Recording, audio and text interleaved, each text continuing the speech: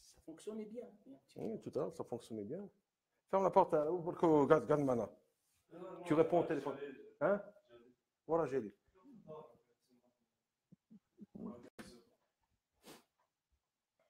Allô, allô, donc test de son. Désolé pour ce petit problème technique. Est-ce que vous nous entendez?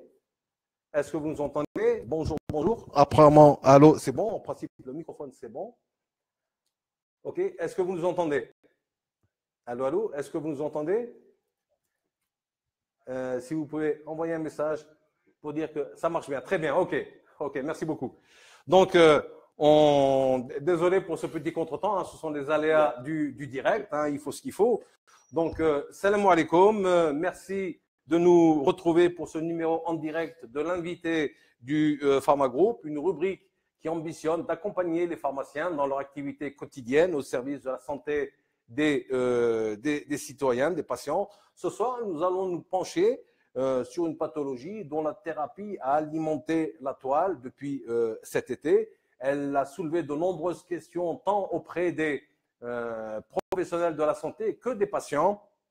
Il s'agit de l'hypothyroïdie.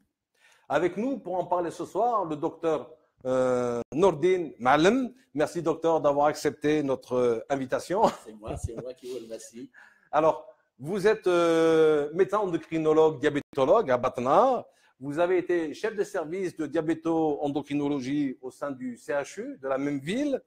Vous avez également occupé les fonctions de directeur de l'Institut des sciences médicales, au sein duquel vous continuez d'enseigner.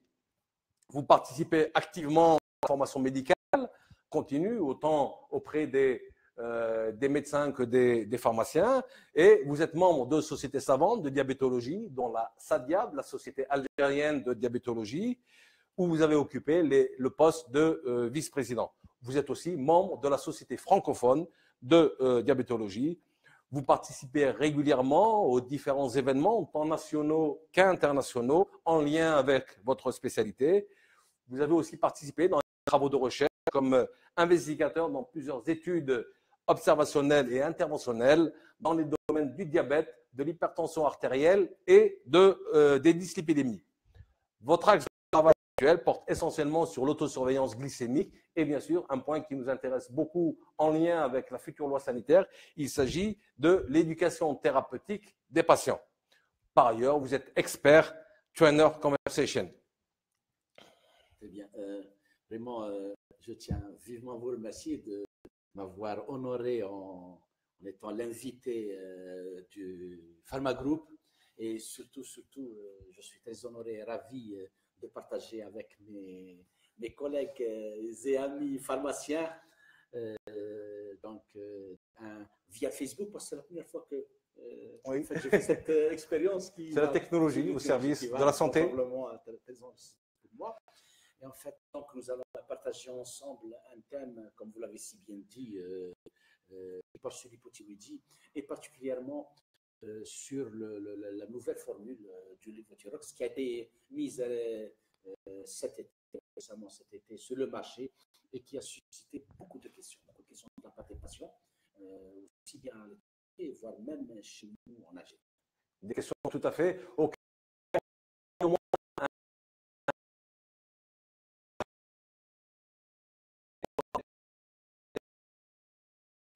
Nous allons, sans plus tarder, introduire un peu la question de l'hypothyroïdie. Pourriez-vous, s'il vous plaît, nous rapporter un peu l'étiologie et la prévalence de l'hypothyroïdie pour situer un peu la question dans notre pays et puis sur le plan international et peut-être dans notre pays? En ce qui concerne l'étiologie, il faut dire que nous avons deux grandes causes. Il y a l'étiologie, l'hypothyroïdie d'origine centrale ou secondaire, qui est exceptionnelle. Oui. Mais également, il y a l'hypothyroïdie périphérique ou primaire.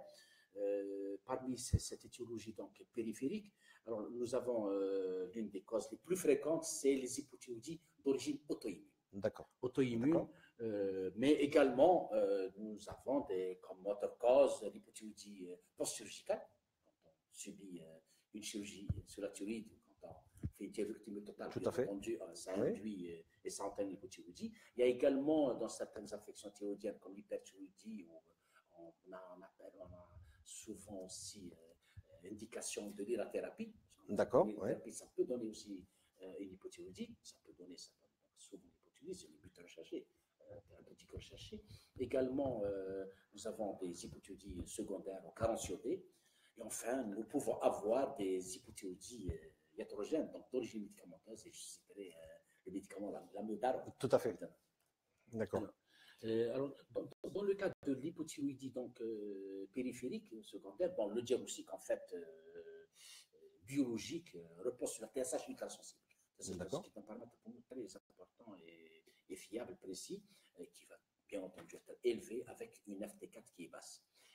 Alors, je me permets peut-être de rappeler peut-être qu'il est vrai qu'il fut un temps où ce paramètre de TSH était relevé quand même d'une technologie quand même assez poussée, assez sensible, hein, c'est une technologie assez sensible, et qui maintenant est de plus en plus vulgarisée, voire ça peut être des tests de dépistage assez courants. Et ultra sensible de dernière génération, nous avons des précisions sur véritablement le taux de TSH dans l'organisme, et donc nous allons également avoir une FT4 qui est basse. Et pour l'hypothyroïdie d'origine auto-immune, comme je viens de vous le dire, qui est la plus fréquente, eh bien, nous avons la présence, l'élévation des anticorps, l'auto-immunité, l'auto-humain, qui sont les anticorps anti-TPO et anti-TG.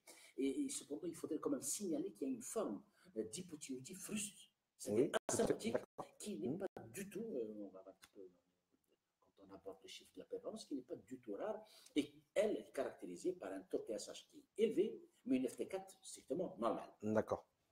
Et cette forme d'hypothyroïdie fruste ne nécessite pas, pour tous les patients présentant cette hypothyroïdie fruste, un traitement, une thérapie substitutive. Très bien. Et pour ce qui est de la prévalence? Et pour ce qui est de la prévalence, j'ai essayé de voir si nous avons des chiffres ici en Algérie, mais en bas.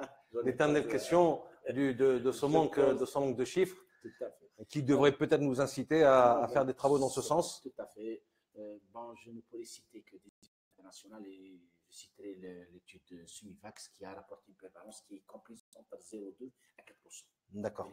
Donc de 0,2 à 4%. 4%, okay. Voilà. Il y a même dans certains pays qui ont ramené une prévalence jusqu'à 8%. Oui. Et celle qu'on retient de Sumivax, c'est entre 0,2 et 4%. Et il faut dire que cette prévalence augmente avec l'âge. D'accord. On peut vraiment avoir jusqu'à 12% de prévalence d'hypothyroïdie chez les sujets âgés de 60 ans et plus. Et également, il faudrait dire que via la sécurité sociale en France, on a 3 millions de patients sur ce traitement. Il y a 3 millions de patients qui sont sous lévothyrox. Et donc 80% sont des femmes. 80%, une prévalence de 80% chez les femmes. Alors la thérapeutique, simplement thérapeutique, il y a un manque d'hormones thyroïdiennes, il y a un déficit, une hypothyroïdie, on essaie de compenser, de traiter par ce qu'on appelle une homothérapie substitutive. D'accord, très bien. Traitement hormonal substitutif que l'on peut… Et je peux peut-être ajouter quelque chose. Oui. En fait, parce qu'on va en fait aborder ce thème brûlant qu'est la lévothyrox, il faut savoir qu'aux États-Unis, pratiquement, c'est le produit le plus vendu aux États-Unis. D'accord. Et en France, alors le nombre de boîtes vendues d'lévothyrox est passé de 5 millions de boîtes en 1990 à 30 millions en 2016. Une explosion de la demande. Les raisons, je pense qu'on a tendance à maintenant à faire de plus en plus un dépistage, parce que la TSH est devenue comme un paramètre systématique. Quand on demande des bilans standards, et bien la TSH est systématiquement demandée. Donc on arrive quand même à déceler l'hypothyroïdie très précocement. Entre autres, et bien entendu, il y a des situations qui fait que actuellement, comme chez la femme enceinte, on a tendance à vouloir cibler des TSH un peu basse limite, et qui fait que on se doit de mettre des notations enceintes sous les lévothyrox, et ça c'est aussi un débat qu'on pourra peut-être revenir tout à l'heure. D'accord. Alors, si vous permettez, pour reprendre un peu les économistes de la santé qui faisaient allusion par rapport à cette explosion de la demande que vous citez à juste titre, qui a attiré l'attention des organismes payeurs, les sécurités sociales, c'est le fait que les moyens qui ont permis le dépistage, en l'occurrence, ont créé de nouveaux marchés. Il y a eu une tension, on a vécu, même dans notre pays, on a vécu une tension sur les produits Levothyrox, et cette tension a été impactée par le fait que de gros pays, de nouveaux marchés comme l'Inde et la Chine, qui ont accès à des soins plus poussés, ont amené un nouveau volume, je dirais, de patients qui ont besoin de ce médicament. Ça, c'est ce qui a été rapporté par les économistes de la santé pour appuyer un peu cette explosion de la demande avec la finesse des examens. Donc, les professionnels de la santé, par rapport à l'actualité de cet été, se sont posés un certain nombre de questions en lien avec le Levothyrox. Quels éléments d'information pourriez-vous leur donner pour être en mesure de répondre à la demande de leurs patients et mieux gérer ces situations? Permettez-moi peut-être aussi de rappeler qu'en fait, le Levothyrox a eu la décision d'enregistrement en 1999. Dans notre pays. Dans notre pays, oui. D'accord. En France, il est depuis 1980. D'accord, ok. Et il faudrait savoir, ça c'est aussi un élément important, que le Levothyrox, en fait, est un produit à une masse thérapeutique vraiment très étroite. D'accord. Et en fait, toute variation de la concentration du principe actif, et ceci vraiment à dose très faible, minime, peut affecter le déséquilibre. Tout à fait. Et si ça déséquilibre sur le plan thyroïdien, eh bien, nous allons avoir des effets indésirables qu'on rencontre cité au niveau des RCP, de l'hypo, de l'hyperthyroïdie. D'accord. Donc, il suffit d'avoir une petite variation minime soit-elle du principe actif pour avoir des effets secondaires. Et l'agence justement du médicament, l'ANSM, l'agence française, a relevé en fait des teneurs en principe actif, des différences des teneurs en principe actif de plus ou moins 10%. Oui. Donc, il y avait plus ou moins 10% de différence en principe actif, en concentration donc, du produit actif. Et surtout, il y avait des difficultés d'obtenir, vous êtes mieux placé que moi, d'obtenir un produit homogène. D'accord. D'un lot à l'autre, et surtout la stabilité. La stabilité dans le temps. Voilà, dans le stabilité dans le temps. 2 ans à 3 ans. Alors, en fait, ils ont demandé aux fabricants du Levothyrox, le laboratoire Merck, d'essayer de parvenir à une formule beaucoup plus stable. Très bien. C'est ce qu'a fait le laboratoire Merck. Donc, il a essayé en fait de procéder au remplacement de l'excipient initial de la lactose par le mannitol. Très bien. Et l'acide citrique. Mais il faudrait dire là. Donc le principe actif est resté. Et le principe actif est resté le même. C'est la lévothyroxine. Tout à fait. Très bien. Et rappelez aussi qu'en fait, ces excipients, il n'y a pas eu du tout d'effet notoire qui était reconnu pour ces excipients. D'ailleurs, ils sont vraiment largement utilisés et couramment utilisés dans l'industrie agroalimentaire. D'accord. Et donc, la nouvelle formule a été commercialisée en mars 2017. Alors, il y a eu quand même des plaintes, des questions. Elles ont été nombreuses. On en reçoit encore à ce jour, on reçoit encore des plaintes de patients à travers la presse. Alors, ils ont rapporté ce qui a été rapporté comme signe. Justement, les signes cliniques. Parlez-nous un peu des signes cliniques qui ont été déclarés lors de la prise de cette nouvelle formule. C'était des fatigues, des maux de tête, des céphalées, insomnie, chute de cheveux. D'accord. Mais en fait, ces effets secondaires ne sont pas du tout liés à la nouvelle formule. En fait, ils semblent résulter du déséquilibre hormonal. D'accord. Donc, ce sont des effets indésirables qui étaient déjà répertoriés. Tout à fait. Et donc, comme il y a eu un dérèglement, je vais presque dire, en fait, un buzz, un déséquilibre hormonal, oui. S'ensuit, comme je l'ai dit, ces effets indésirables. Et je ne sais pas, je pense que là, en mettant cette nouvelle formule, je crois qu'il y a eu, je ne sais pas, je ne dirais pas une erreur, mais je pense qu'on aurait dû, quand on met une nouvelle formule sur le marché, on aurait dû sensibiliser davantage et les patients et les professionnels. D'accord. D'où le but de notre émission, sensibiliser les professionnels sur… Quand il y a une nouvelle formule, elle est plus stable, certainement un principe actif qui va être encore plus stable. Donc, il fallait en fait qu'on avise, et particulièrement les professionnels de santé, pour essayer de réadapter la dose de cette nouvelle formule à ces patients-là. Parce que, comme vous l'avez si bien dit, quand il y a rumeur, le seul moyen, c'est la transparence pour pouvoir ça. Et on a vu même certains pays, quand ils ont instauré cette nouvelle formule, ils ont mis une notice supplémentaire au niveau de la production. Disons, attention, c'est un principe actif, et ça n'a pas changé, c'est un principe actif, mais essayez, en cas d'effet secondaire, il faut essayer de vous rapprocher de votre patient pour essayer d'adapter votre thérapeutique. Et donc, moi, je pense que dans le cas de cette nouvelle formule, il s'agit plutôt d'une crise médiatique. Je pense qu'il y a une crise médiatique. Plus une crise médiatique, d'accord. Qu'une crise sanitaire. Qu'une crise sanitaire, d'accord. Crise sanitaire, d'accord. Et ceci a été rapporté, vous l'avez bien lu, le rapport de la commission Flash, de l'Assemblée nationale française, qui a été rendu public le 31 octobre 2017, parce qu'il a remis comme des experts, pas des moindres experts, dans le domaine de l'endocrinologie, pour dire il ne faut pas être alarmiste, c'est beaucoup plus, il n'y a pas de souci. Est-ce qu'on pourrait parler d'effet nocebo dans ce cas-là, avec le phénomène qui avait été un peu amplifié? On a connu un peu une situation similaire avec le fameux RHB, le produit RHB, il y a des similitudes, hein, c'était plus une crise médiatique qu'une crise sanitaire. Et puis, le fait de ne pas bien maîtriser, de ne pas avoir suffisamment de transparence peut-être sur la question, de ne pas suffisamment informer les professionnels de la santé, aurait entraîné un peu on va dire, ce dérapage. Donc, on peut parler d'effet nocebo, on peut parler de manque de transparence peut-être sur la question.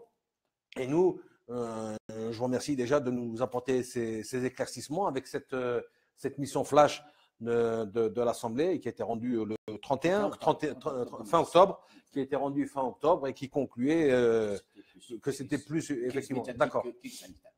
Ok. Donc, je sais qu'il y a eu des tests de bioéquivalence assez poussés pour le produit entre les deux formes, l'ancienne forme et la nouvelle forme. C'est un test qui a été fait sur un certain nombre de patients. Il y a eu 200 patients, d'accord, d'accord, qui avaient montré une bioéquivalence, d'accord, très bien. Donc, quelles recommandations pourriez-vous faire pour les pharmaciens, pour éviter, pour faire face aux plaintes des patients qui seraient éventuellement, qui présenteraient des déséquilibres hormonaux? Moi, je pense qu'on en parlera. L'éducation thérapeutique, c'est une pathologie chronique.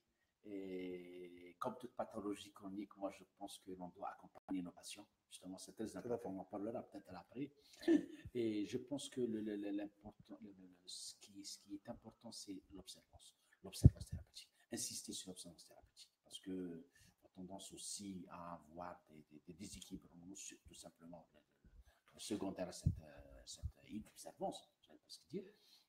Également, l'observance thérapeutique, si vous permettez, c'est une question qui nous interpelle effectivement en tant que professionnel de santé, parce qu'elle est franchement problématique dans notre pays. Il y a eu plusieurs thématiques sur la question et il y aurait un travail à développer dans ce sens, en particulier dans le cadre de la future loi sanitaire qui permettrait peut-être aux pharmaciens d'avoir de nouvelles missions, parmi lesquelles on pourrait citer peut-être le suivi de l'observance des traitements chez les patients. Il y a des protocoles qui peuvent être mis en place. Je pense que puisque vous demandez l'assistance, l'assistance de ces équipes pluridisciplinaires, de cette chaîne des acteurs de santé, vous faites bien de soulever ce problème d'observance pour nos amis pharmaciens. Peut-être pour attirer l'attention sur ce phénomène qui reste relativement important on en parle. Donc, observance. Bon, il y a également les moments de prise du médicament. Ça aussi, c'est très important. C'est que le lévothyrox doit être pris à jeun. d'accord. À jeun, c'est au moins. Donc, vous confirmez, parce qu'il y a eu des études qui rapportaient que le moment de prise n'interférait pas vraiment. Important. Donc, à jeun. Problème d'absorption. À jeun. Donc, à jeun. Le lévothyrox, à jeun. 3 à 4 heures. On répète, 3 à 4 heures. Après le dernier repas. Après le dernier repas. C'est D'accord. très important. OK. Après, bon, il faut au moins, une fois qu'on ait pris le lévothyrox, au moins 20 à 30 minutes avant l'ingestion de tout aliment. Ça veut dire qu'on prendrait le lévothyrox après le coucher et plutôt qu'on prendrait au lever, dès le lever, on mettrait son lévothyrox. On conseillerait aux patients de mettre leur lévothyrox sur la table de nuit, leur table de nuit, le prendre au moment du lever, le temps de faire la toilette, etc. Donc, ça correspondrait. D'accord. Et il y a également un élément important, tout traitement, parce qu'on peut avoir aussi des traitements qui sont prescrits à un patient qui présente une hypothyroïdie. Tout traitement doit se faire au moins 30 minutes après la prise. Tout traitement. Tout traitement qui vient après. D'accord. Par contre, là, dans le thérapeutique, on doit nous insister parce que ça va influencer sur l'absorption du médicament. C'est les traitements à base d'aluminium, le fer, très bien, à base de fer et du calcium. Et là, l'intervalle de prise avec l'Ivothyrox, elle doit être au moins de 4 heures. 4 heures d'intervalle de prise lorsqu'on prend des produits contenant du fer, de l'aluminium et du calcium. Parce que ça pourrait manger l'absorption et donc entraîner des. Maintenant, on revient en fait au débat, c'est qu'est-ce qui va se passer à la période de Ramadan. Ah, la fameuse problématique en période de Ramadan. Là, il faut qu'on essaye de voir, qu'on étudie. Bon, heureusement, c'est un mois, il faut qu'on essaie aussi également de voir de doser la TSH avant et après, parce que nous avons quand même des difficultés. Les patients nous demandent qu'est-ce qu'on doit leur conseiller. Bon, on essaye de respecter 3-4 heures, en fait, de jeûne et 20-30 minutes, parce qu'on ne peut pas leur conseiller ça. Ce qui est difficile. Avec la rupture. Oui, voilà. Il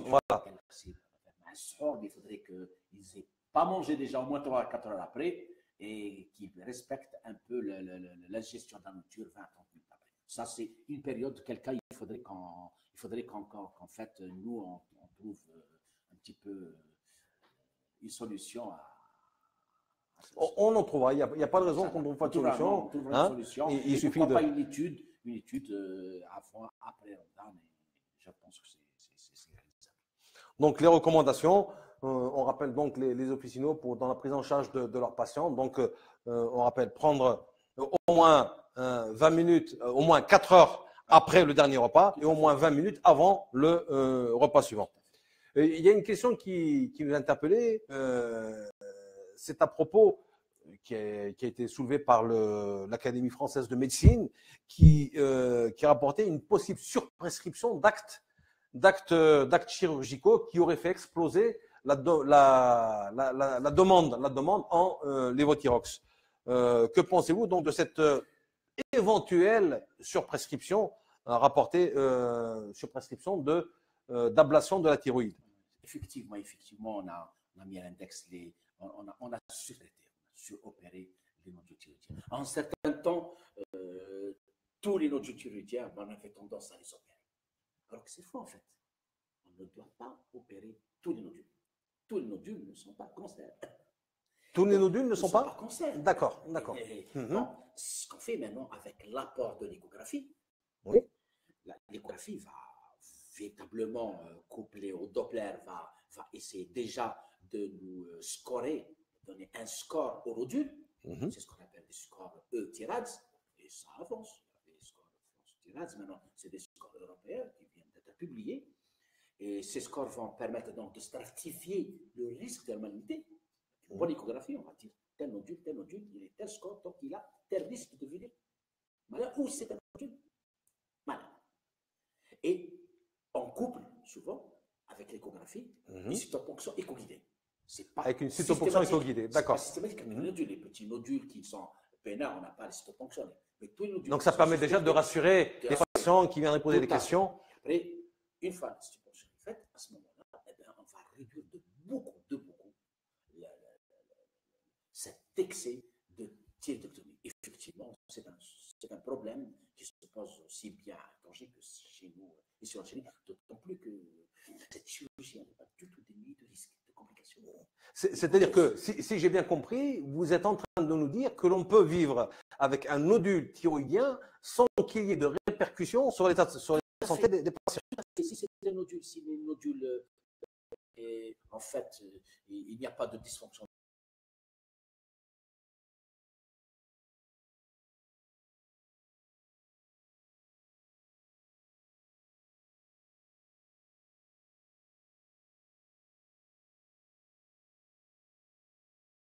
On insistera sur une surveillance régulière, échographique de ces nodules. D'accord, donc c'est déjà un élément important qui nous permet, nous, donc, de rassurer les patients qui nous viennent. Donc, déjà les rassurer que tout nodule n'est pas systématiquement opérable et que l'on peut vivre avec et qu'ils peuvent toujours avoir des informations complémentaires auprès de leur médecin. Bien sûr, c'est un peu le rôle du pharmacien. Si on doit conclure, puisqu'on arrive au terme de notre émission, quelle conclusion pourriez-vous tirer donc de cette expérience, de cette médiation,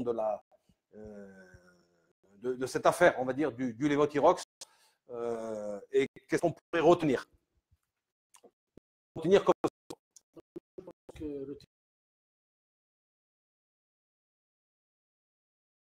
l'information. D'accord. Je pense que c'est un élément qui est très important. Sensibiliser davantage nos patients quand ils ont une affection chronique. Les dernières recommandations, en fait, sont claires pour dire que même actuellement, dans certaines situations et auxquelles, quand on aborde le volet thérapeutique, c'est des décisions déjà qui doivent être partagées. D'accord. C'est-à-dire qu'on doit partager nos décisions avec nos patients. Donc, tout à fait. C'est cette fameuse triade médecin, pharmacien, patient. Il faut remettre au cœur de la chaîne sanitaire le patient, au cœur de notre activité. Tout à fait. Du parcours de soins. Et je dirais que donc, comme l'hypo et les maladies chroniques, on a l'occasion d'en parler, du diabète, de l'hypertension artérielle, ça nécessite un accompagnement thérapeutique et l'éducation thérapeutique doit être vraiment encouragée. La fameuse éducation thérapeutique. Bon, ça, c'est un élément très important. Là, il faut qu'on la développe. Je sais que c'est votre cheval de bataille. Non, cheval de bataille parce qu'en fait, toutes les recommandations, ça montre l'intègre et dans l'âge des patients atteints de maladies chroniques. Et également, là, je peux me permettre de dire que le pharmacien, véritablement, il a un rôle et la classification. Ça, c'est clair. Ça,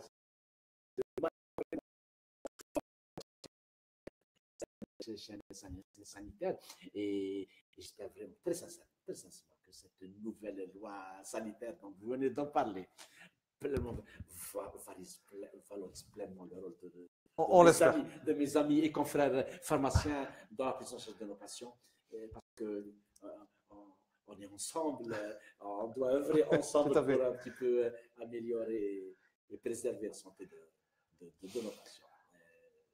Ça, c'est un message que je souhaiterais passer. Écoutez, le message est passé. Voilà, on arrive au terme de notre émission. Docteur, madame. Je dirais aussi un petit mot, on a parlé tout à l'heure de chiffres. Vous dites si bien, je sais que vous êtes une des personnes qui défendent le plus ce principe. Nous sommes essentiellement de culture orale. Oui, tout à fait. Donc, il faudrait l'éducation thérapeutique, ce sont des protocoles, ce sont aussi bien des procédures de notre en fait évolution. Si on veut s'améliorer, si on veut évoluer, je pense qu'il faut qu'on change un petit peu d'attitude de culture orale, parce que ça va avoir des limites, ça va créer des rumeurs. Je pense qu'il est temps qu'on essaye. Il y a beaucoup de personnes qui le font et qu'on essaye un petit peu de publier, de faire des petites enquêtes, de partager ensemble des études. Et je pense que c'est un des moyens pour nous de valoriser notre expérience et pouvoir faire notre métier, Inch'Allah. Écoutez, l'Algérie qui est chère à nous tous. Écoutez, Pharma Group a diffusé, a véhiculé ce message, qu'il est très bien passé. Donc, on arrive au terme de notre émission. Docteur Nordine Malem, je vous remercie beaucoup de cette gentillesse que vous avez fait d'accepter d'être notre invité du Pharma Group. Nous aurons certainement l'occasion de vous revoir dans sur d'autres thématiques. L'éducation thérapeutique du patient qui vous tient à cœur, l'autosurveillance glycémique et la prise en charge du diabétique. Donc, je vous remercie donc pour nous avoir suivis sur cette émission et nous vous donnons rendez-vous à une prochaine. Bonne soirée. Bonne soirée. Au revoir.